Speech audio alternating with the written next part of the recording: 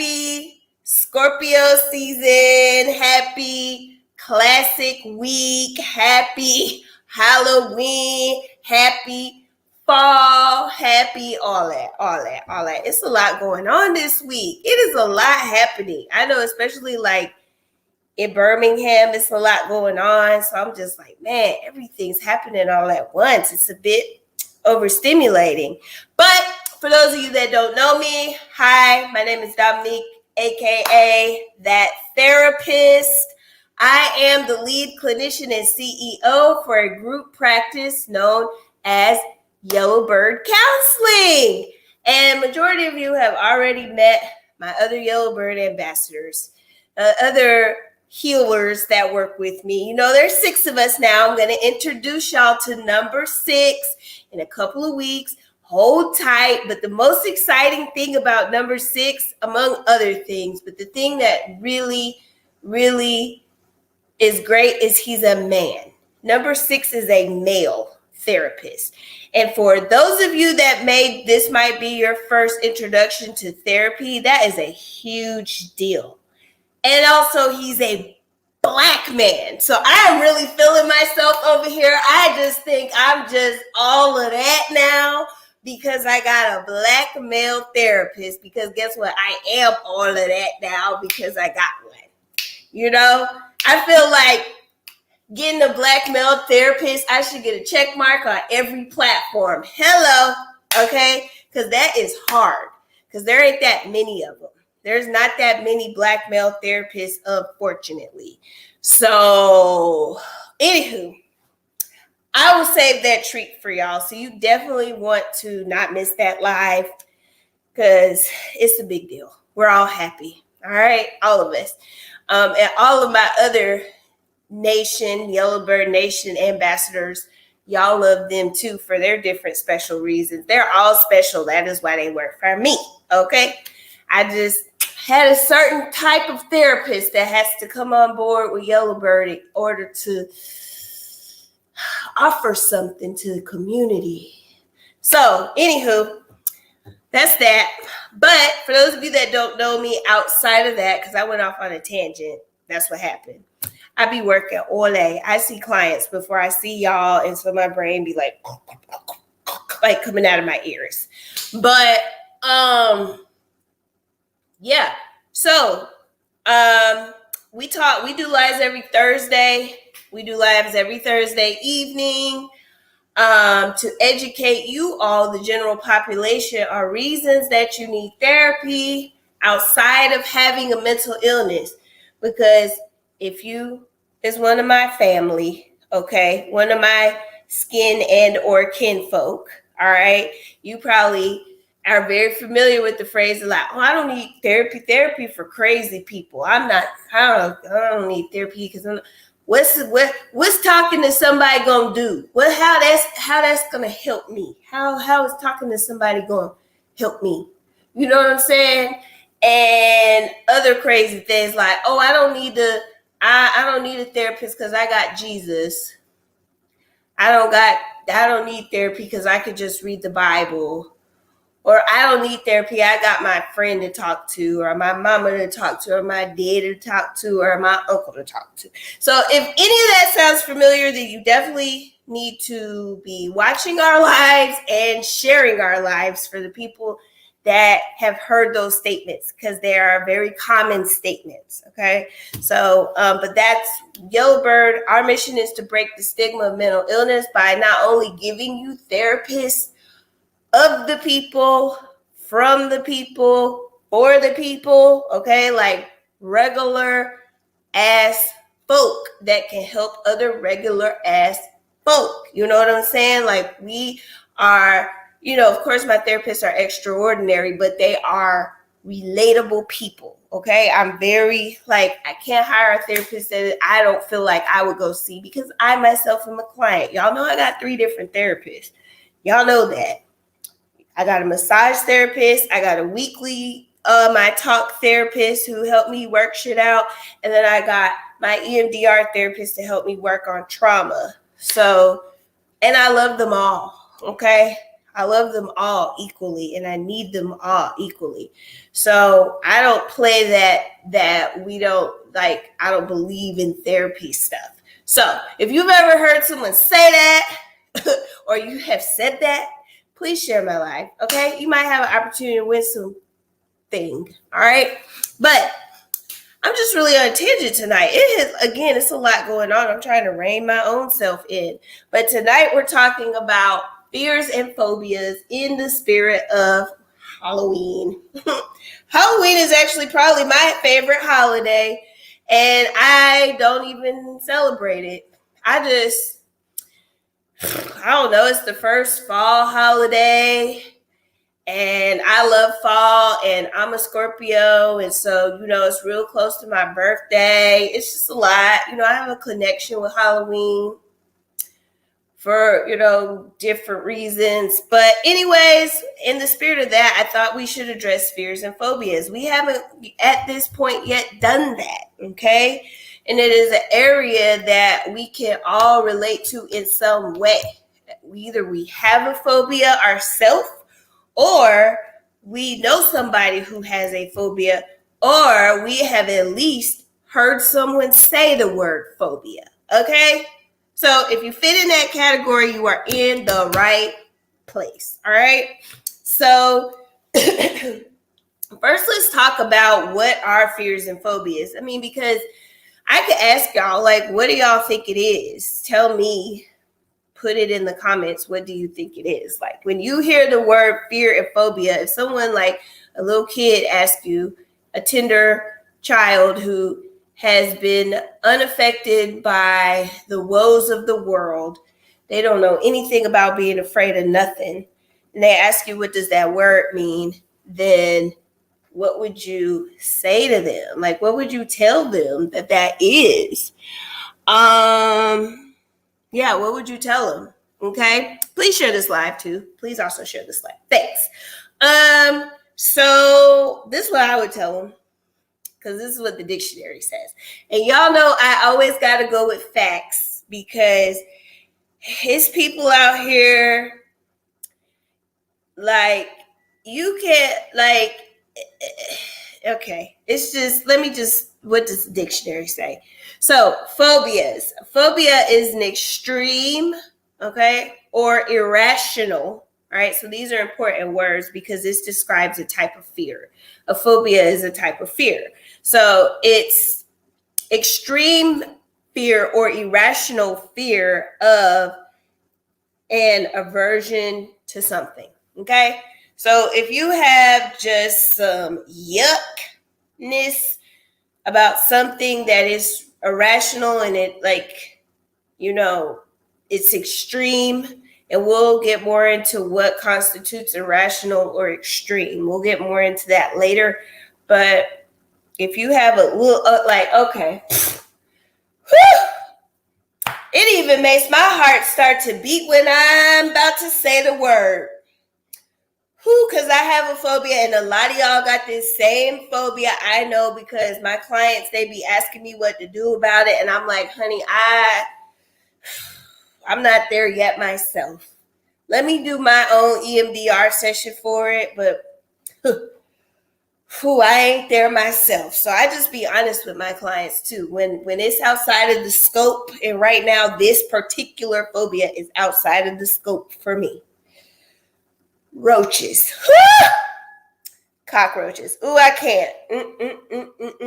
Let me tell y'all how extensive my fear of cockroaches is, okay? Like, ooh, it's like making me like, like, I can feel my face get warm. My hands are sweating. Like, the house I live in, for those of y'all that don't know, I built my house. But when I picked a lot, I was very intentional to pick a lot where I thought that bug activity would be low. Okay, what does that look like? I'm not a horticulturalist or a zoologist or anything like that, but in my mind, my common mind, okay, my layperson mind, I guess, when it comes to how environmental like plants and things work. I don't know anything about it, but I figure the place that I have experienced encounters with roaches most is in areas where there are a lot of trees. Lots of trees. I noticed trees attract roaches for whatever reason. And so I did not want to pick, and there is a lot of trees in my subdivision, lots of them, okay? Lots of trees. And I did not, nope. I was like, I need to find a lot where there's not a lot of trees because I will have to leave my house forever if a cockroach ever comes in my house. Okay? Like I'm explaining a phobia to y'all. Okay, this is a phobia, like legit. I'm not just throwing the word around. I'm explaining to you what it looks like. But like, y'all are seeing me have a mini freak out and there is not a roach in sight. And I'll tell you all the measures that I go through so that it doesn't ever happen. Okay, but like, I'm freaking out and I've never seen a roach in my house. And I've been in my house 5 years now, not one ever. Okay. But just the thought of it, and like to the point where like if I see something out the corner of my eye, and I'm just like, oh my God, like that's my immediate first thought, like, oh my God. And like I said, I've seen like lizards, which I don't care about lizards. I don't care because I'm far out, like more rural, but and like a spider here and there, which that's the thing. What I'm describing with you about my fear roaches, like someone else feels the same way about spiders, and that would suck. They wouldn't want to live out here. So I would tell them, I would say, I wouldn't even let you do that to yourself because I have seen a spider or two. You know what I'm saying? But so I picked a lot where there was no trees around to place my house. I also have a pest person come quarterly and treat outside of the house. I make sure, I don't leave out like food and stuff like that. Like keep trash close to my house. Like I will put my trash container, the ones they give you or the ones you got to get when you live in somewhere where they come pick your trash up. I put it outside, okay, of the garage. Like all of this because I do not want to have an encounter. I don't want to have an encounter with a roach because I love my house. I don't want to leave it. I don't want to burn it down. You know what I'm saying? And that is a phobia. I have a phobia of roaches. Oh God. Ugh. And it's like irrational and it is extreme. Okay? So that's a phobia. I have a phobia I just described to you. It's irrational because what is a roach realistically going to do to me? Okay? It's not going to kill me. Okay? I could kill it, step on it. But I just don't want to even be associated with any features of it. I don't, But it can't do anything to me. Like, so that's why it's irrational for me to be that freaked out by roaches. And it's extreme because again, I'm times bigger than it. Like if anything, it should be afraid of me because of my size. You know what I'm saying? But that ain't honey, that ain't, my brain, like I would have a panic attack if I saw one. Like I was having one just talking about it. Okay. Like a mini one. Like I could like, but if, nope. So yes, that's a phobia. So if you feel like that about anything, or you know somebody that feels like that about anything, now you do. You're in the right place. Share this live because there's more people that have phobias and they have other types of phobias. Okay, so and we'll talk through some of those. But but what's fear though? So if phobia is a fear that's extreme and irrational, but what is fear? So fear Fear is a normal, natural emotion. It is our body's way of keeping us safe. So, yes, you should probably be afraid of grizzly bears because they may eat you. You should probably be afraid to walk across the street without looking both ways because a car may hit you. You probably should be afraid to drink Clorox because that could probably kill you. You know what I'm saying?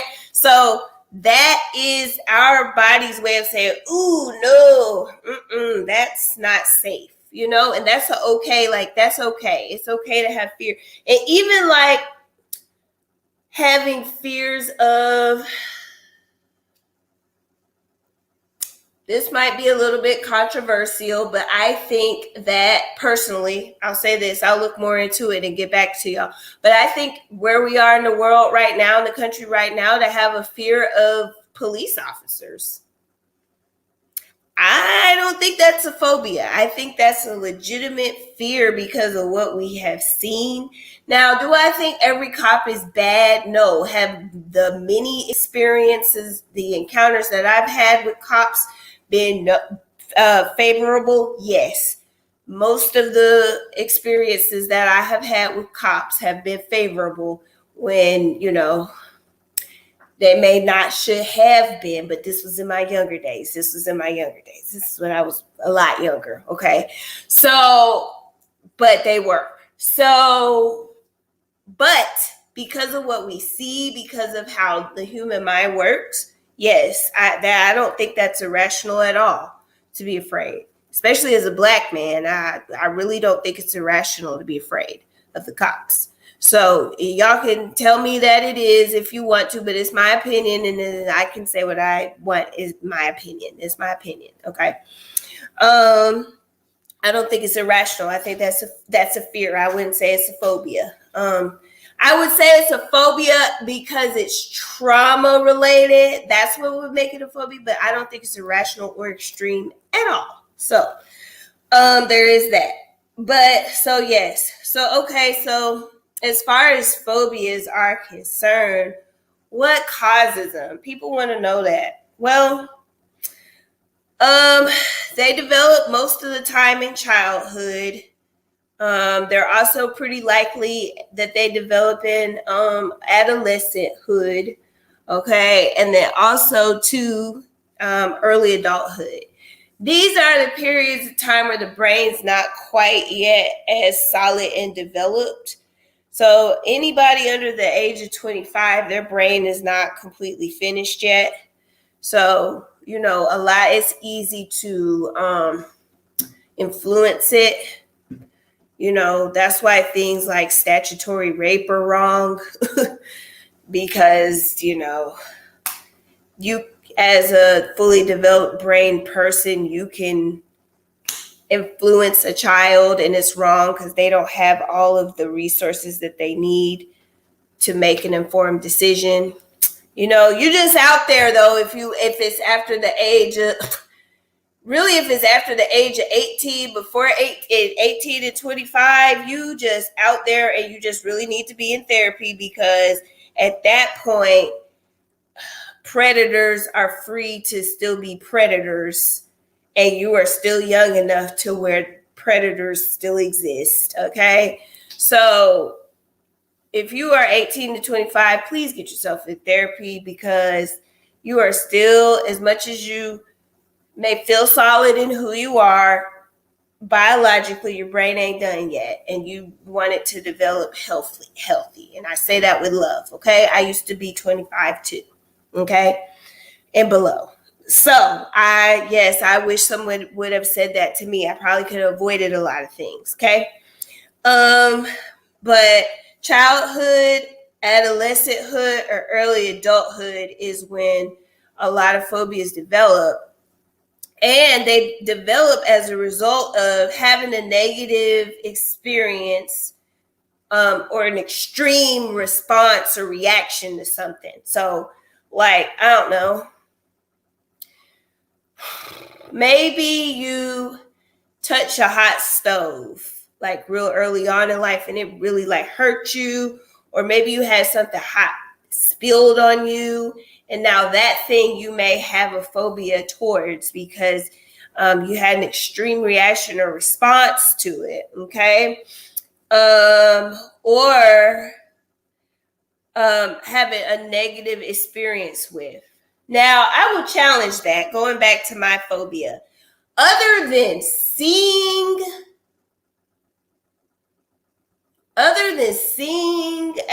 I won't say ever. No.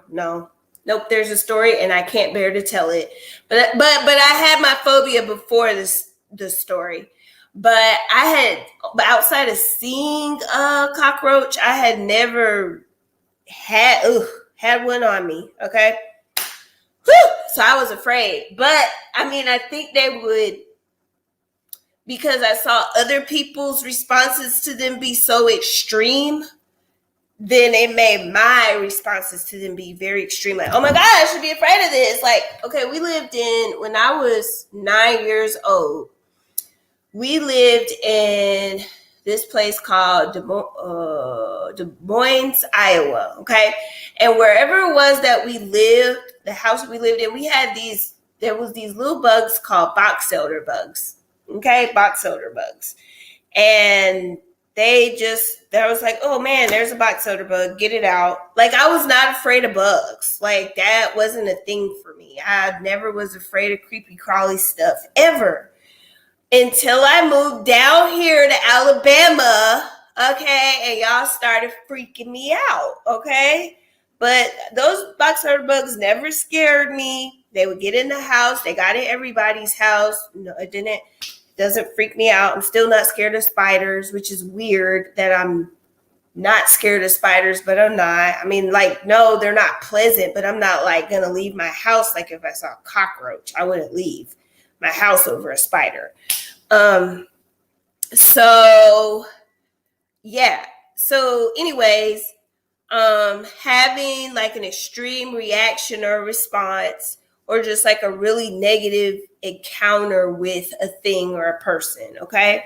So that can cause, and having that stuff happen, something like that happen early on between childhood and early adulthood. Can phobias develop after that? I'm sure that they can, but at that point, your brain has kind of solidified itself a little bit more, but I'm sure you can still have phobias after that. But usually that's the age range that they develop in. Like, kids are very delicate and we should treat them as such, and we need to give them all the resources that they need in order to be successful, i.e. therapy is just as important as school, okay? It is for your kid, whether you know it or not, it is.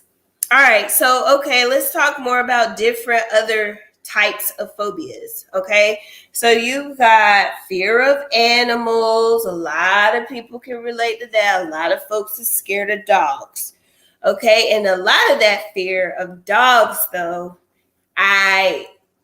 for the African American community, I think that is more epigenetics, like things being passed down through our DNA. And dogs were used to treat us pretty terribly in the past, okay? So that is traumatic, and that trauma gets passed down through childbirth, okay? So a lot of people that were attacked by dogs had kids still, okay? But if you are afraid of dogs and you have never had a negative experience with the dog, chances are that could be an epigenetic piece there, okay? And we talked about that when we talked about post-traumatic slave syndrome and other things that we've talked about in various other lives. But fear of animals, fear of nature and environment, like fear of like storms. Like if you like freak out during it storming, like a lot of maybe some dogs do, or other animals, but like people do too, of course. So like if you're afraid of thunderstorms or afraid of other environmental things, they left a list, but I didn't write it down. Just maybe a fear of like, if you go to the Grand Canyon and you get real freaked out, like with the fear of like the depth of it, like you fall in, you might be afraid you'll fall in or something. So like those type of things. A fear of blood or injury or having a medical issue. So then you have sort of like a hypochondriasis situation. But, also a specific fear of blood or injury. Fears related to specific situations like flying or driving or elevators or heights or anything like that. Like just a fear of it, like, like you can't be associated with it. Then, there are those fears as well. And they, these could also, like I said, they could be learned. They could be like a trauma, something traumatic happened. The reaction to the fear was really extreme for you. And so maybe it puts you in a position where you feel embarrassed and you don't want to have that be around that thing because you're afraid of reacting. A result of like long-term stress, like a CPTSD situation, or like I said, genetic features. So, they didn't give epigenetics as part of it, but like just having some genetic predisposition to a fear of something. Yeah, that's a thing. All right. But definitely if your parent is really afraid of something, like you may not be afraid of that exact same thing, but your anxiety, you are at a higher likelihood to develop some type of anxiety. But yeah. So, but anywho, so let's talk even more specifically. Those were the 5 main categories of fear, but like, what are the specifics in those categories? So we've got acrophobia. There's a lot of acrophobias, okay? But we got acrophobia, which is a fear of heights. We got aerophobia, which is a fear of flying. We've got arachnophobia, which is a fear of arachnids, spiders. All right. We've got astrophobia, which is a fear of thunder and lightning. We've got audiophobia, which is a fear of being alone. We got claustrophobia, which is a fear of being in small spaces. We've got hemophobia, which is a fear of blood. We've got hydrophobia, which is a fear of water. We've got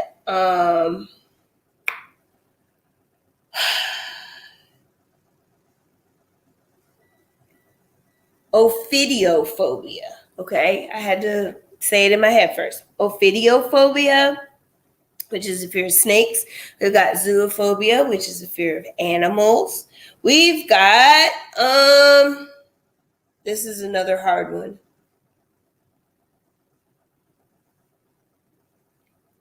Allectrophobia, which is fear of chickens. Okay, allectrophobia, which is the fear of chickens.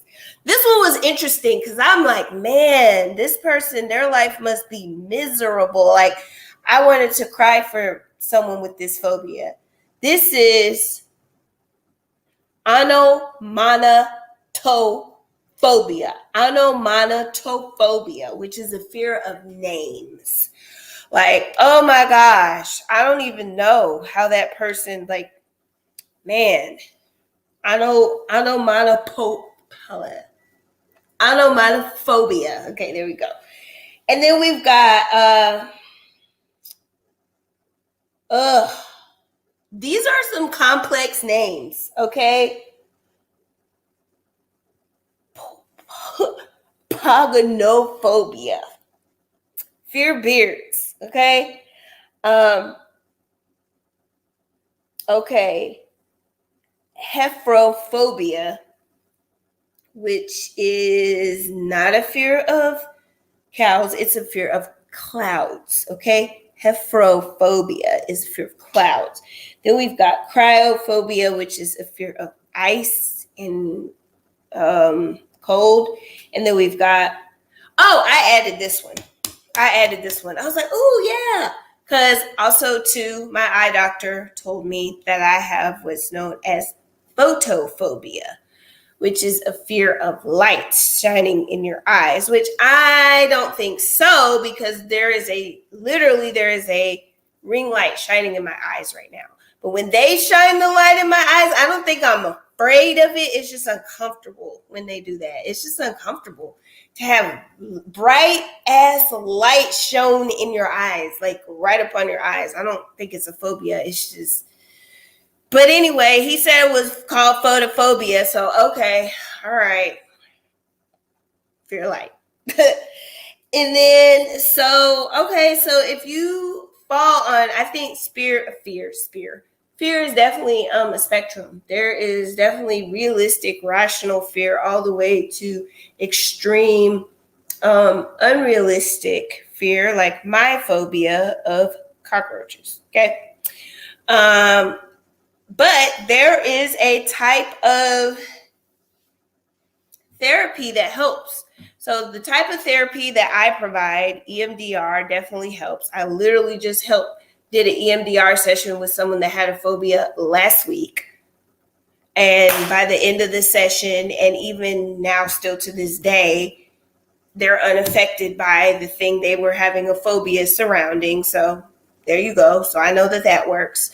But also there's exposure therapy, and it just sounds scary, but it's not. Okay. So y'all notice that even though I have a fear of cockroaches, I still keep saying it. Okay. Because that's how exposure therapy starts. They integrate small disturbances of whatever the thing you have a phobia is with relaxation techniques. So I'm like, okay, saying the word cockroach. Okay, I'm okay. There's no cockroaches. They're nowhere. Like, okay, so I'm re-regulating myself. So we might go from me being able to say it without having an adverse reaction to maybe me seeing a picture of them, which, I think we would be on that for a while. That would be several sessions for me. It could be a one and done thing. No, God, I don't even know if I'd go back. So I don't even know. I might quit. It took years for me to even get able to say the word. Okay. So seeing a picture, But could I do an EMDR session for it? Yes, because I know that it would be very, very short-lived. And by the end of that session, I would not be afraid. So I could do that. So anywho,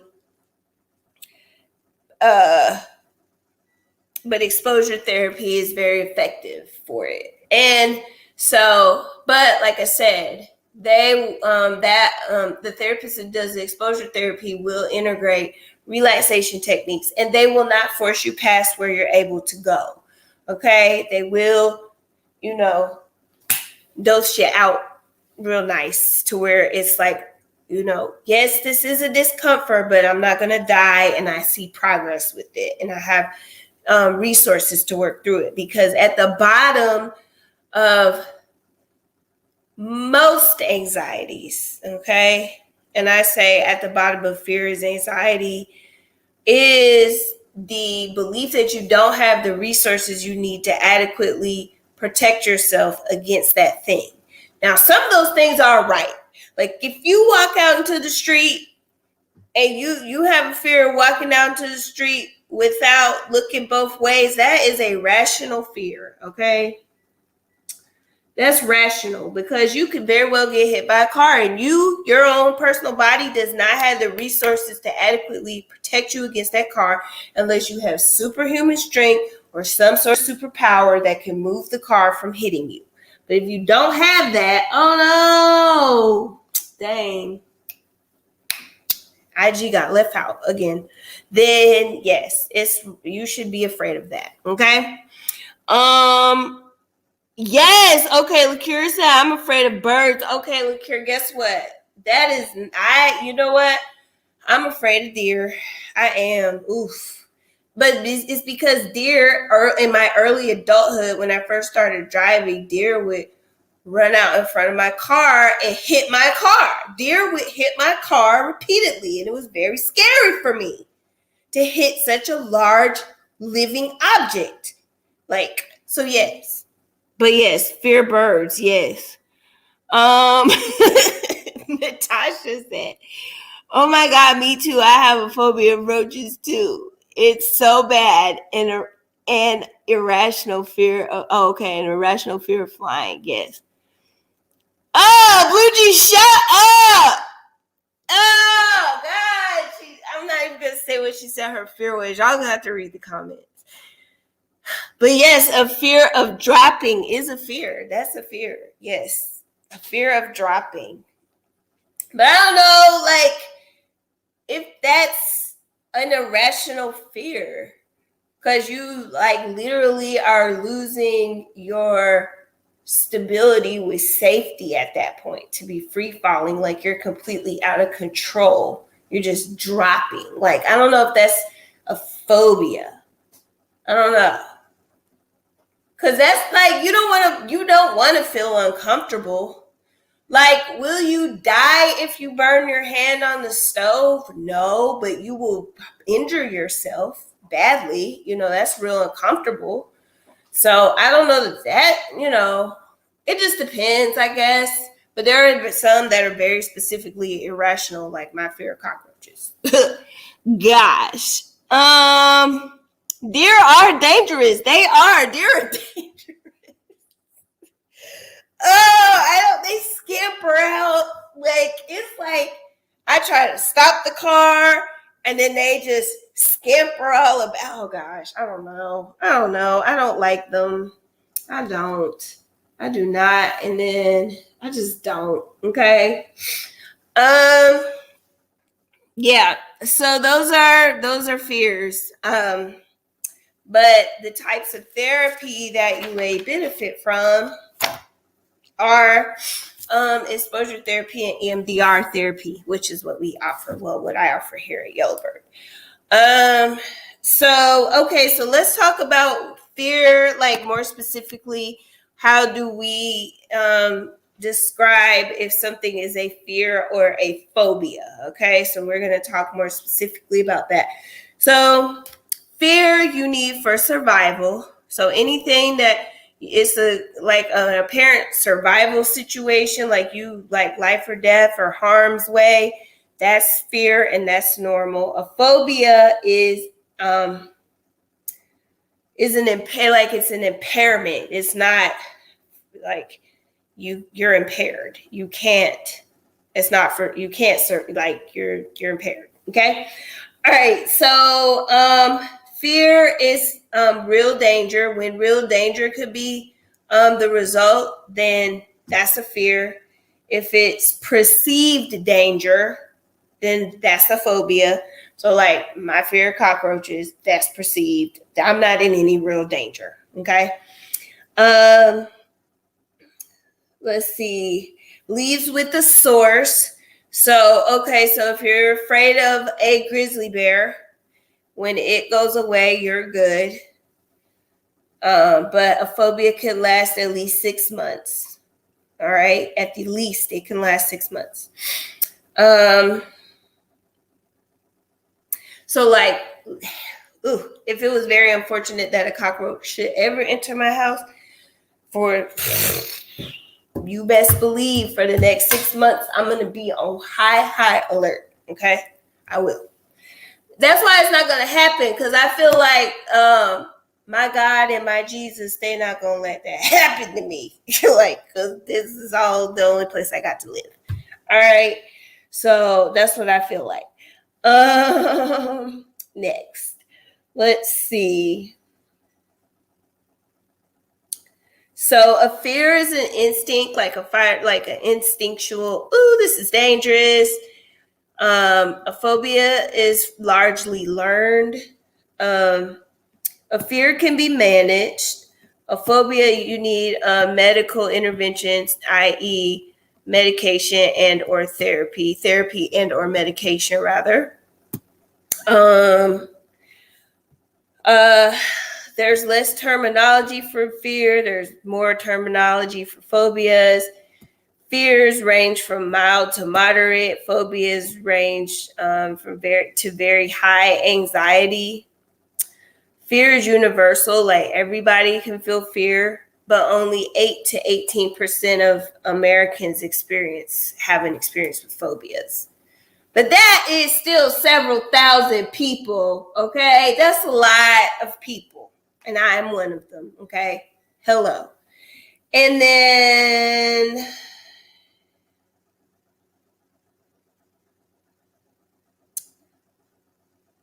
the worry around fear is not persistent after the thing or person is gone.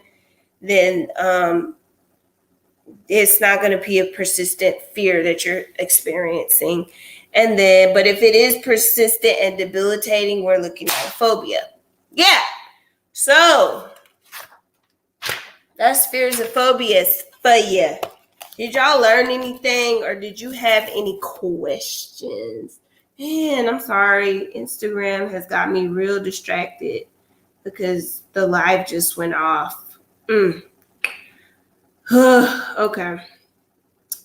Okay. I don't know.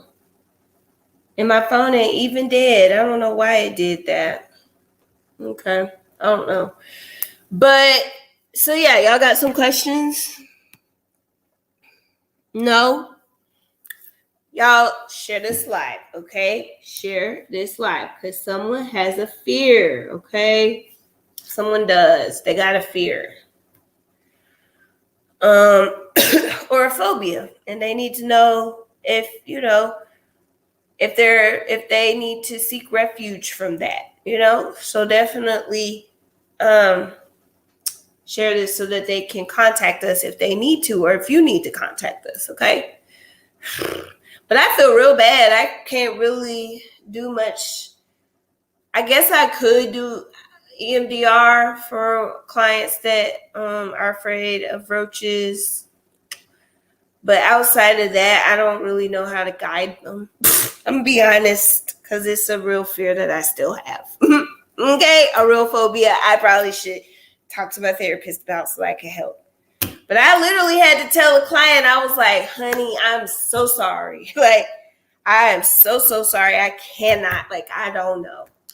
But then we figured some stuff out. I was like, okay, so here's some things you could do to be preventative. So here's some things. So we did get to some solutions. But at first I was drawing a blank. I was just drawing a blank. All right. All right, cool. Let's see. All right. So definitely, if you know, then you know who did the thing. If you're not on the Yellowbird newsletter, you need to get on that because then you will know. But if you're not on there, you don't know. Okay. So, but go to yellowbirdcounseling.com and you can get on the newsletter that way. Yellowbirdcounseling.com. You can get on there that way. Okay. Yellowbird. All right. So we've got Lakira that did the thing and Natasha that did the thing. And yes. All right.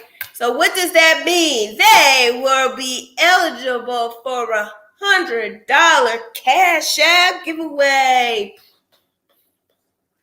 So let's see. All right. We're going to do one for Lakira and 2 for Natasha. Okay.